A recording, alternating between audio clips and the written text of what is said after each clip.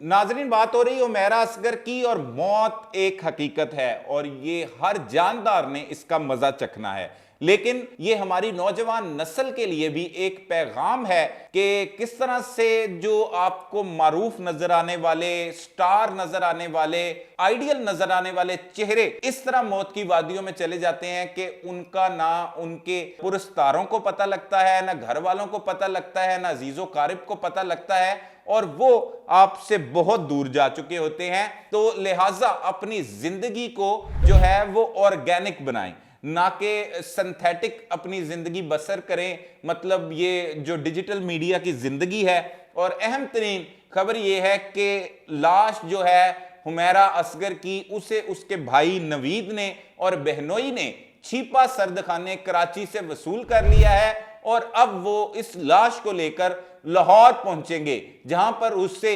सुपुर्दे खाक किया जाएगा। पहले तो इख्तलाफात किए जा रहे थे, बाप की जानिब से इनकार कर दिया गया था और भाई की जानिब से भी इनकार कर दिया गया था। पुलिस ने दोबारा उनसे राब्ता किया और फिर जाकर जो बहनोई है उसके दिल में ख्याल आया कि नहीं, ये उनके खानदान की बच्ची है। तो क्योंकि ये ब्लड रिलेशन को ही लाश जो है वो मैयत मिलती है, इसलिए बेनोई जो है उसके भाई नवीद को भी साथ लेके आया। तो ये दोनों वहां पर पहुंचे, उन्होंने लाश को वसूल किया और अब वो लाश को लेकर निकल चुके हैं। इसमें मजीद हकायक क्या सामने आए हैं, पुलिस ने अब तक क्या तफ्तीश की है, वो तमाम तफसीलात आज ही के इस व्लॉग में हम आपको बताते हैं। अस्सलाम वालेकुम नाजरीन, मैं हूं सलमान कुरैशी और आप देख रहे हैं मेरा डिजिटल चैनल। नाजरीन, हुमैरा असगर की मौत बहुत से सवालात को जन्म दे गई है। इससे पहले जो मारूफ अदाकारा थी जिन्होंने पाकिस्तान की ड्रामा इंडस्ट्री में बहुत नाम कमाया, आयशा खान, वो भी एक फ्लैट में मुर्दा हालत में पाई गई, जिसे रोशनियों का शहर कहा जाता है कराची।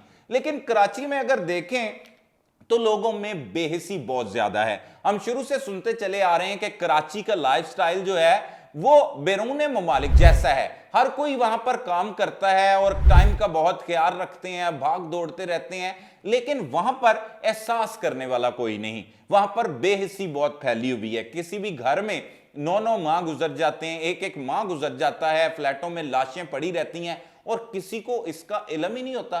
कई बार तो बदबू आ जाती है और कई बार ये ताफुन नहीं फैलता तो पता ही नहीं लगता। आखिर अगर इस घर में जहां पर हुमैरा जिस फ्लैट में रिहाइश पजीर थी, अगर वो मालकन पुलिस को लेकर वहां पर ना पहुंचती तो हो सकता है हुमैरा असगर जो है वो अब तक उनके बारे में पता ही ना लगता कि वो इस दुनिया से जा चुकी हैं या कहां पर है। अगर कुछ और लेट हो जाती तो बिल्कुल खत्म हो जाना था। और दूसरी बात यह कही जा रही है कि जो हालत हो चुकी थी हुमैरा असगर की, उनका पोस्टमार्टम जो है वो नहीं हो सकता। बहुत बहुत काबिल लाइक फाइक डॉक्टर्स और जो तज्जियाकार हैं उनकी जानिब से यह कहा जा रहा है। लेकिन मैं उन्हें एक बात कहूंगा, हम अरसद राज से क्राइम रिपोर्टिंग करते चले आ रहे हैं, यहां पर 2-2 साल बाद कत्लों के मुकदमा दर्ज होते हैं और अदालत के हुक्म पर कब्र कुशाई के जो है वो अहकामात दिए जाते हैं। फिर कब्र कुशाई करके उस मट्टी से, मनो मट्टी से उस लाश को निकाला जाता है। फिर उसके जो नमूने हैं उनका वो फ्रांसिक भिजवाया जाता है, उनका पोस्टमार्टम किया जाता है। तो अगर वो हो सकता है तो हुमैरा तो अभी पूरी हालत में थी, चाहे उसके ज्वाइंट्स टूटना शुरू हो चुके थे, उसका जिस्म जो है वो खत्म होने की तरफ दौड़ पड़ा था, लेकिन उसका पोस्टमार्टम मुमकिन है। पोस्टमार्टम हुआ है और मजीद ये खबर आ रही है कि फ्रांसिक ने मजीद नमूने जो हैं उसके वो भिजवा दिए, मजीद वो कार्रवाई भी करना चाहते हैं। अब जो भाई और बहनोई उसकी लाश लेने के लिए गए हैं, पुलिस की जानिब से कहा जा रहा है कि वो इस पर कार्रवाई भी करें, एक मुकदमे का अंदराज भी करवाएं, उसके लिए भी उन्हें रजामंद किया जा रहा है। अलबत्ता जो भी इसमें मजीद हकायक सामने आएंगे उससे भी हम आगाह करेंगे। वहां पर जो पुलिस हुकाम है वो शुबा कर रहे हैं कि हो सकता है कि हुमैरा असगर को किसी ने मुबैना तौर पर कोई ऐसी नशावर चीज दे दी हो। बहुत से लोग ड्रग के इल्जामात भी आयद कर रहे हैं, लेकिन अभी तक कोई ऐसी बात सामने नहीं आई। दूसरा, वालिद की जानिब से जो गुस्सा और भाई की जानिब से जिस गुस्से का इजहार किया गया, लेकिन हुमैरा असगर के बारे में एक बात जो पॉजिटिव सामने आई है वो अगर कोई ऐसी गलत काम में मुलविस होती तो जाहिर है उसका कोई पार्टनर होता, दोस्त होता, वो इनके घर वालों को इतला देता या पुलिस को इतला देता, किसी का आना जाना होता।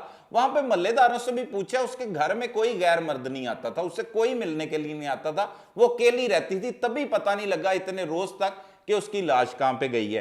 करैक्टर वाइज तो उसके बारे में ऐसी जो गुफ्तगू है वो इसलिए सामने रखी जा रही है कि घर वालों को पता होना चाहिए, वो चाहे शोबिस इंडस्ट्री में थी लेकिन उसने इस तरह के कोई भी जो है वो काम नहीं किए जो हालातों वाकयात से लग रहा है। लेकिन अक्सर औकात जो खवातीन हैं उन्हें जरूरत नहीं पड़ती, और यहां पर बहुत से इस इंडस्ट्री में खासतौर पर लोग होते हैं जो बड़े बड़े बंगले, गाड़ियां, नौकर चाकर दे देते हैं और वो फिर उनको अपने साथ खवातीन को रख लेते हैं और वो ऐसे बड़ी अय्याशी के साथ जिंदगी बसर करती थी। अगर इसकी भाभी की जानिब से जो इल्जाम लगाया गया, पिछले व्लॉग में हमने आपको बताया कि वो जायदाद में से हिस्सा मांग रही थी, घर वालों को कह रही थी पैसे नहीं है, तो वे खुददार औरत थी और पढ़ी लिखी औरत थी जिसने यहां पर नेशनल कॉलेज ऑफ आर्ट्स से भी डिग्री ली, उसके बाद पंजाब यूनिवर्सिटी से एमफिल कर रखा था।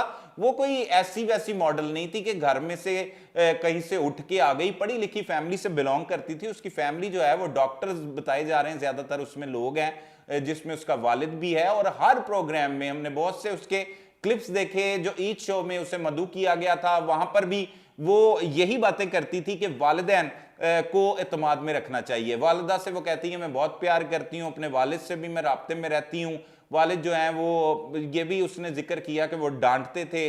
और साथ एक वो बात करती है जो मरहुमा है हुमैरा असगर, एक प्रोग्राम में शो के दौरान वो बताती है कि मुझे सबसे ज्यादा जो एलर्जी है वो किसी भी की बदबू से है और खासतौर पर पसीने की, जिसे स्मेल कहा जाता है। लेकिन नौबत देखें कहां पर आ गई, इंसान जो है वो बेबस है, उसे क्या एलर्जी करनी किसी चीज से, मट्टी से, बदबू से, खुशबू से या किसी भी चीज से, क्योंकि इंसान है और उसका पता नहीं क्या हो जाना है उसके साथ, तौबा नाउजुबिल्ला, ये तो अल्लाह बेहतर जानता है। लेकिन देखें जैसा कि उसकी बॉडी जो है वो इतने माह तक पड़ी रही, पहले तो लोग ये नहीं मान रहे थे कि 1 माह तक, हमने सबसे पहले आगाह किया कि 1 माह से जायद का वक्त हो गया है, लोग कहते थे 1 वीक हुआ है, बहुत से लोगों ने कमेंट्स किए, फिर 6 माह बताया गया, अब तो ऐसा लगता है कि इस बॉडी को 9 माह हो गए हैं। अब हुमैरा असगर की लाश को लाहौर में लाया जाएगा और लाहौर में लाने के बाद उसे यहां पर सुपुर्दे खाक किया जाएगा। छीपा सर्द खाने में लाश को रखा गया था और लाश के बाद बहुत से सवालात ने जन्म लेना शुरू कर दिया कि क्यों हुमैरा असगर जो है वो उसके घर वाले उसकी लाश को वसूल नहीं कर रहे। ये भी एक गलत बात थी, इसका जितनी मजम्मत की जाए वो कम है, क्योंकि उनकी बेटी शोबिस इंडस्ट्री से जरूर ताल्लुक रखती थी लेकिन कुछ ऐसे फेल में नहीं मुलव्वस थी कि उसकी लाश लेने से इनकार कर दिया जाए। लेकिन यहां पर देखने वालों के लिए सबक है, हमारी जो बहनें, बेटियां, माएँ देख रही हैं, वो ये देखें कि इस इंडस्ट्री की चकाचौंध आपको नजर आती है लेकिन इसमें क्या कुछ सहना पड़ता है। वालिदैन भी नाराज हो जाते हैं और फिर जिंदगी अपनों के साथ ही है, और अपने अगर मौजूद होते हैं तो वो आपकी देखभाल कर लेते, देख लेते हैं। और जहां पर आप अकेले रहते हैं, इसीलिए तो कहते हैं परदेसी जो जिंदगी बसर करता है उससे जो खौफनाक जिंदगी किसी की नहीं है। उसने काम करना होता है, उसने अकेले रहना होता, बीमारी के साथ जंग लड़नी होती है। और ये हुमैरा असगर भी अकेली रह रही थी, किसी के साथ राब्ता नहीं था, कोई आ नहीं रहा था, कोई जा नहीं रहा था। तो वो देखें उसकी लाश कितनी देर बाद बरामद हुई और 8 से 9 माह अब तो ये कंफर्म किया जा रहा है कि उसकी लाश को वहां पर पड़े हो गए थे। मजीद इसमें जो हकाइक होंगे हमारे सामने आएंगे, मजीद क्या अपडेट्स आएंगी उससे भी हम आपको आगाह करते रहेंगे। तब तक के लिए अपने मेजबान सलमान कुरैशी को इजाजत दीजिए। अल्लाह निगहबान।